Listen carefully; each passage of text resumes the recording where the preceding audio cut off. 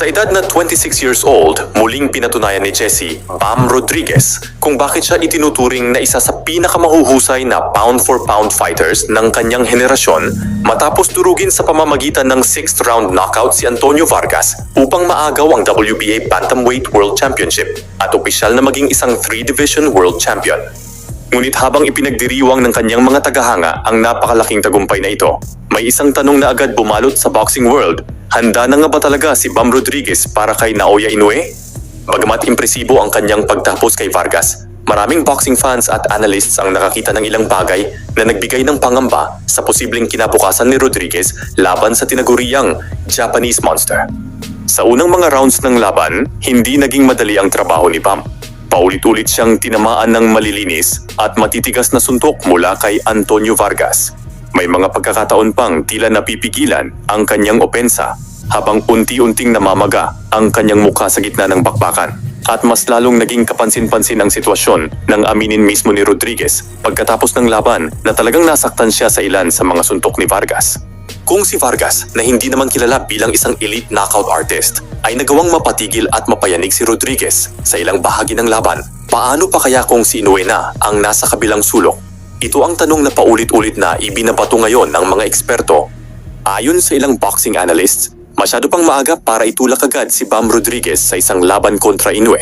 Bagamat dala niya ang kanyang knockout power sa bantamweight division, marami ang nakapansin na tila nabawasan ang kanyang bilis habang umakyat sa mas mabigat na timbang. At kung mayroon mang isang bagay na hindi dapat mawala sa isang fighter kapag haharap kay Inoue, iyon ay ang bilis.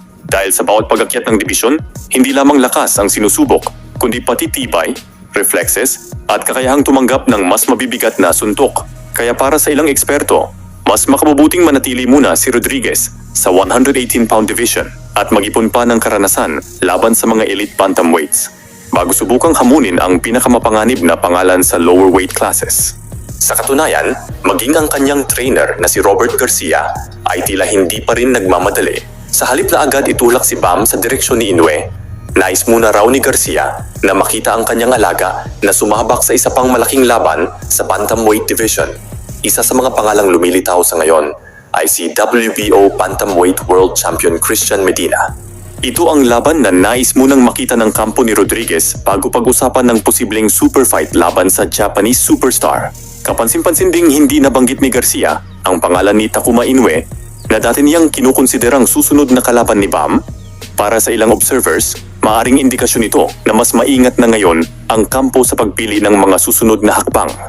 Samantala, matapos ang sunod-sunod na usapin tungkol sa kanyang pagbabalik sa pinakamalalaking laban, muling nagbigay ng update ang kampo ni former 3-division champion John Riel Casimero tungkol sa kanilang mga target.